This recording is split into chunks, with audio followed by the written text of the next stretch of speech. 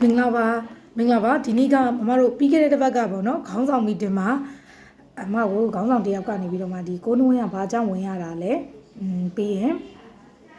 ဘာကြောင့်ဝင်ရတယ်ဆိုတဲ့ရည်ရွယ်ချက်လေးနဲ့မမတစ်ချက်လောက်ပြောပြပါအောင်ဆိုလို့မမအနေနဲ့ကကြတော့ဒီနေ့ကိုဒီဗီဒီယိုလေးကိုရိုက်ပြီးတော့မှကလေးတို့ကိုတင်ပေးလိုက်ပါတယ်ဆိုတော့မမတို့ကကိုနှဝင်းကဘာကြောင့်ဝင်ရတာလဲဆိုတော့အမှန်တကယ်တော့လေဘယ်ဟာမဆိုလုပ်တယ်ဆိုရင်တော့ရွေချက်နဲ့လုပ်ကြတာပေါ့နော်မမတို့ရဲ့ရွေချက်ကတော့ရှင်းလေးပဲမမတို့ကဘာလို့လုပ်ချင်လဲဒီပေါ့နော်ဒီကိုနှဝင်းဝင်လိုက်တယ်အမတို့ဒီမယိုးဖလာဗုဒ္ဓဘာသာကလေးကိုလည်းအတူတူပါပဲအဖေဗုဒ္ဓဘာသာဆိုတော့အမေလည်းအဖေဗုဒ္ဓဘာသာဆိုတော့သမီးသားသမီးတွေလည်းဗုဒ္ဓဘာသာဖြစ်နေတယ်အမတို့လည်းဗုဒ္ဓဘာသာဖြစ်နေတယ်ဒါပေမဲ့ထဲဝင်အမတို့အနေနဲ့ကကြတော့မလေးလာဘူးအမတို့လည်းခုလောဆယ်အသက်30ရှိနေပြီ30အချိန်ကြီးအမတို့ကတချို့လူတွေလည်းရှိပါတယ်တစ်ချက်အသက်တွေကြီးတယ်ဆိုပေမဲ့လည်းဖះတရားအကြောင်းဆိုရင်အဓိကဒီဒေးကြမတိကြဘူးကွာတိဖို့လဲစူးစမ်းတိအောင်လဲလုပ်ဖို့ကလဲကွာကိုယ်အနေထားနဲ့ကိုဖြစ်တဲ့အတွက်တိလည်းမတိကြဘူးမောက်လည်းမတိဘူးပေါ့နော်ဒါပေမဲ့မမတို့ဒီသားတို့လည်းသမီးတို့လည်းအတူတူပဲမမတို့လည်းအတူတူပဲမမဆောင်လေးတို့လည်းအတူတူပဲမမတို့ဒီအလုပ်ကိုရောက်လာတဲ့အချိန်မှာဒီအလုပ်မှာမတို့ဖြည်းဖြည်းချင်းနဲ့မတို့လောက်ကကြတော့ဖြည်းဖြည်းချင်းနဲ့ကိုယ်ပိုင်း Trump တိဆောက်ထားတဲ့ကိုအလုပ်ဖြစ်တဲ့အတွက်ပေါ့နော်ကိုအလုပ်မှာဒီလုပ်မှာမမကနေပြီးတော့မမတို့မမကနေပြီးတော့မှလိုအပ်တာလေလိုအပ်တဲ့အဆောင်ချောက်တွေလိုအပ်တဲ့အစီမံတွေလိုအပ်တဲ့ဟာလေးတွေမမတို့ကလုပ်ပေးတဲ့အတွက်မမတို့အနေနဲ့ဒီကောင်ဒီကိုနှဝင်းကိုဝင်မယ်ဒီ2025ကိုမတို့ကကောင်းမွန်လေးမတို့ဖြတ်တန်းကြမယ်လို့မမရဲ့ညွှန်ကြားချက်ထွက်ပြီးတဲ့နေမှာမဘာလို့ဆိုရင်မမတို့အနေနဲ့ကဖြည့်ဆည်းမယ်လိုက်လုံမယ်ဒါပဲပေါ့နော်အဓိကကတော့ရှင်းလေးတွေးလိုက်မယ်ဆိုရင်ကွာဘာလို့မလဲအဓိကဒီမတို့ဒီမျိုးပလာဗုဒ္ဓဘာသာပဲဒါပေမဲ့ဗုဒ္ဓဘာသာမှာမမတို့အနေနဲ့တခါလေကျရင်ဗုဒ္ဓဘာသာဆိုမဲ့တခါလေကျရင်မမတို့မမကိုယ်တိုင်တောင်ဦးသုံးချိန်ချဖို့တနေ့ဦးသုံးချိန်ချမဖြစ်ဘူးမချဖြစ်တဲ့ရက်က10ရက်မှာ9ရက်ကမချဖြစ်ဘူးဒါမှန်တိုင်းပြောပြရနော်ဒါပေမဲ့အခုမမကကိုနှဝင်းဝင်ရမယ်လို့ကိုနှဝင်းဝင်ရမယ်ပေါ့နော်အမတို့ဆိုင်ခွဲတွေကိုနှဝင်းဝင်ရမယ်လို့ဟိုကလုပ်ပြီးတဲ့နောက်ပိုင်းမှာမမညွှန်ကြားချက်ထွက်ပြီးတဲ့နောက်ပိုင်းမှာမမတို့ဒီဘလို့ပဲဖြစ်နေမနက်ခင်းတန်တိတ်ထန်ဆိုရင်းနဲ့အမတို့အုပ်စုလိုက်ဒီရုံးချုပ်ကအုပ်စုဆိုရင်အုပ်စုလိုက်ဆိုရင်ဘလို့ပဲဖြစ်နေ9နာရီခွဲပြီးဆိုတာနဲ့9နာရီတို့တန်တိတ်ထန်ဆို9နာရီခွဲပြီးဆိုတာနဲ့မဖြစ်မနေမတို့ဒီဖျားရှိခိုးတယ်ပြီးရင်မတို့ကိုနှဝင်းဝင်တယ်ပေါ့ဝင်တဲ့ခါကျတော့ဘာရှိလဲမီယိုဗလာဗုဒ္ဓဘာသာပဲဒါပေမဲ့ဒီကောင်ကိုပို့ပြီးတော့မှဘယ်လိုပြောရမလဲဒီဇိုင်းမတ်နဲ့ဖျားရှိခိုးဖြစ်တယ်ပေါ့ဒီဇိုင်းမတ်နဲ့ဖျားရှိခိုးဖြစ်တယ်ရည်ရွယ်ချက်ကတော့ဘာရည်ရွယ်ချက်လဲရည်ရွယ်ချက်ကတော့အမှန်တကယ်တော့မမတို့တွေကို2025မှာကောင်းမွန်တဲ့မတို့တွေဘေးရန်ကင်းနဲ့အနေနဲ့ကင်းနဲ့မတို့ဒီကောင်းမွန်ဖြတ်တန်းဖို့အတွက်ဒီကိုနှဝင်းကိုမတို့ကဝင်ခိုင်းတာရွေးချက်ကတော့အားတာအဲ့ဒီအတွက်အမတို့ရွေးချက်ကတော့အားတာပဲဒါပေမဲ့မတို့ဒီတိဖြစ်စေမတိဖြစ်စေအမတို့ဒီကောင်ကိုအုပ်စုလိုက်ဝင်တဲ့အတွက်အမတို့မှာဘာရမလဲဆိုတော့ဒီဇိုင်းမတ်လှုပ်ဆောင်ခြင်းဆိုတဲ့ဝရိယဟာအမတို့စီမှာပါလာမယ်ဒီဇိုင်းမတ်လှုပ်ဆောင်နိုင်တဲ့ဝရိယပေါ့နော်အဲ့ဒီအတွက်မတို့ဘက်ကလည်းရုံးဘက်ကနေလည်းဘာတွေဖြည့်ဆည်းပေးထားလဲဟုတ်ပြီမတို့ဒီအုပ်စုလိုက်ဘာလို့ဝင်ခိုင်းတယ်ဆိုတာမတို့ဟိုရင်တော့ပေါ့နော်မတို့ငငယ်တုန်းကပေါ့သူများကိုနှဝင်းဆိုမတို့ကလည်းကိုနှဝင်းလိုက်ဝင်လိုက်ပြီးတဲ့ခါကျရင်ဒီမှာဘာလို့လဲဗရီးစိတ်ပြီးဆိုရင်တလွတ်ရဆိုလဲစားဖြစ်တာပဲပြီးရင်ညခင်းဆိုရင်လည်းစနစ်ကြော်ရတဲ့ခါကျရင်မစိတ်ဖြစ်တော့ဘူးဆိုပျောက်သွားပြန်ပြီဆိုရင်နှစ်ခါသုံးခါလောက်မတို့အနေနဲ့လည်းဖြစ်ဘူးတယ်နော်ဒါပေမဲ့အခုကကျတော့မတို့ဒီအုပ်စုလိုက်ဝင်တာဖြစ်တဲ့အတွက်စပူမှုတွေကိုလည်းစပူမှုတွေဟာအစားမတို့ဝင်ခိုင်းတယ်လုံညုံအကုန်လုံးမဆက်တွေအကုန်လုံးဝင်ရတယ်ဘာလို့လဲတကယ်လို့ဝင်တဲ့ခါမှာမတို့ဒီစပူမှုတွေအနေနဲ့သူတို့ကိုယ်တိုင်မှာဝင်ရတာဖြစ်တဲ့သူတို့ဒီ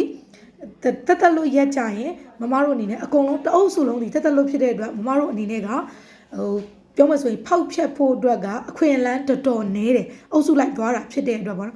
်အဲ့ဒီအတွက်ကြောင့်မို့လို့မတို့ဘက်ကနေရုံးဘက်ကနေလည်းအကုန်လုံးဝင်ရမယ်ဆိုတော့ဘာသာခြားလွဲလို့ကျန်တဲ့ဗုဒ္ဓဘာသာတွေမှန်သမျှမတို့ဓာလေးတွေဒီကိုနှဝင်းလေးတွေမတို့ဝင်ရမယ်ဆိုပြီးတော့မှမတို့စီကနေပြီးတော့မှမတို့ဆိုင်ကနေပြီးတော့ညွန်ကြားချက်ထုတ်ပေးထားတာပေါ့နော်အဓိကကွာရှင်းထပ်ပြီးတွေးမယ်ပေါ့ထပ်ပြီးတွေးမယ်ဆိုရင်ဆိုရင်မတို့ကဘာလို့ဗုဒ္ဓဘာသာကိုဘာလို့ယုံကြည်ရလဲအမောက်မှလည်းပြောမယ်ဆိုရင်စဉ်းစားမယ်ဆိုရင်ဘာမှမသိဘူးလေနော်ဒါအမတို့အဖေမေဗုဒ္ဓဘာသာမို့လို့အမလည်းဗုဒ္ဓဘာသာဖြစ်တာပဲလေနော်ဒါပေမဲ့မတို့ဒီလိုမျိုးလှုပ်ခြင်းအပြင်မနက်ခင်းညရင်မတို့ဒီဖျားရှိခိုးတယ်ပြီးရင်နောက်တစ်ခုက တိစိတ်တယ်ပတိစိတ်ပြီးမေတ္တာပို့တယ်ပြီးမေတ္တာတက်ကိုခံယူတယ်အဲ့လိုမျိုးဖြစ်တဲ့အတွက်အမားတို့မှာအမားတို့ရဲ့ကိုယ်ဆောင်နှက်ကရောပြီးရင်တမားတို့ရဲ့နှာခေါင်းနဲ့မျက်တွေအထက်ကိုကိုတွေကအမားတို့ဆောက်ရှောက်တယ်လို့အမားတို့ကယုံကြည်တယ်ယုံကြည်တာဖြစ်တဲ့အတွက်အမားတို့ဒီဘယ်နေရာသွားဘယ်လေဟာလုံးအမားတို့ဒီသူများတွေထက်ပို့ပြီးတော့မှအနေနဲ့ခင်းမဲ့ပို့ပြီးတော့မှဆေးသူများရဲ့လောက်အစိုးရမဖြစ်ဘူးကွာဒါပေမဲ့တချို့ကြတော့သွေးနိုင်တယ်အမတချို့စင်းရဲသားကြီးဆိုဘလို့လို့မလဲစင်းရဲလူတွေလည်းအများကြီးပဲဖះကြောက်လဲတောက်ဆောက်ရှစ်ကိုရပါဒါကကြတော့အမတို့ရဲ့အတိတ်ဘဝရဲ့ကံအမတို့ဒီမမဆောင်လေးလည်းတူတူပဲကလေးကိုလည်းတူတူပဲအတိတ်ဘဝကလုတ်ခဲ့တယ်ဘလို့ကောင်းတာတွေလည်းလုတ်ခဲ့မယ်ဆိုးတာတွေလည်းလုတ်ခဲ့မယ်အတိတ်ဘဝရဲ့လုတ်ခဲ့တဲ့အတိတ်ဘဝမှာရေးခဲ့တဲ့ဇလန်းကိုအမတို့အခုချိန်မှာကနေရလေနော်ဒါပေမဲ့အခုချိန်ကနေတဲ့အချိန်မှာအမတို့ရဲ့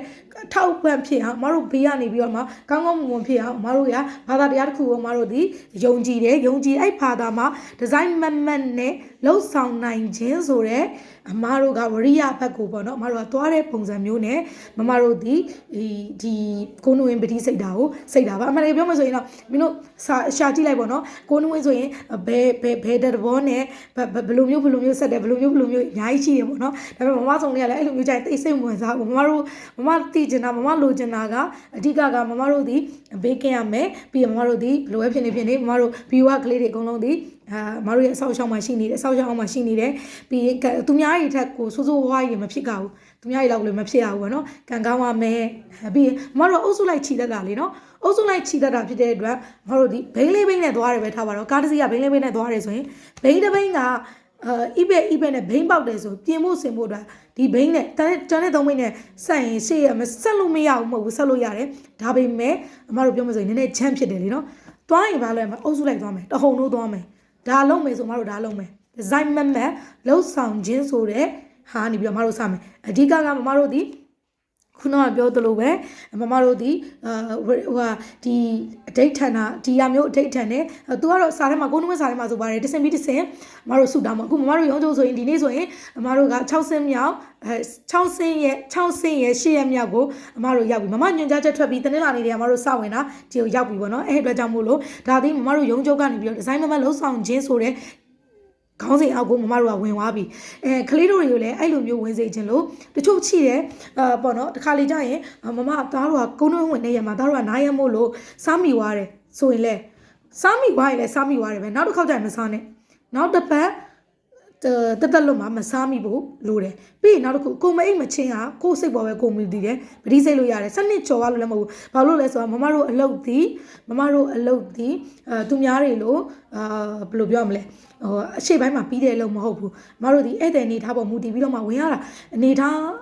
ဝင်ရတဲ့အနေထားဖြစ်တဲ့အတွက်မတို့ကိုမအိတ်မချင်းပတိစိတ်လို့ရတယ်ဒါပေမဲ့ဒီဇိုင်းမတ်လှုပ်ဆောင်ခြင်းဆိုတဲ့ခေါင်းစဉ်အကိုဝင်အောင်မတို့ဟာရအောင်စိတ်မှတ်ရမယ်ဟုတ်ပြီနော်အဲ့ဆိုရင်ဒါဆိုရင်ကတော့ကလေးတို့အနေနဲ့ဒီလိုဆိုရင်တော့နားလည်မယ်လို့ထင်ပါတယ်အဲ့အတွက်ကြောင့်မို့လို့ဒါကတော့ leader တွေကလည်းအရေးကြီးပါတယ်ကိုယ့်ရဲ့ member တွေကိုလုံးဝကိုမှကိုယ့်ရဲ့ member တွေကဒီဇိုင်းမလှုပ်ဆောင်ဖို့အတွက်ကိုမှတာဝန်ရှိပါတယ်အဲ့ဒီအတွက်ကိုကလည်းလုံးဝတက်ကြွနဲ့ကလေးတွေကို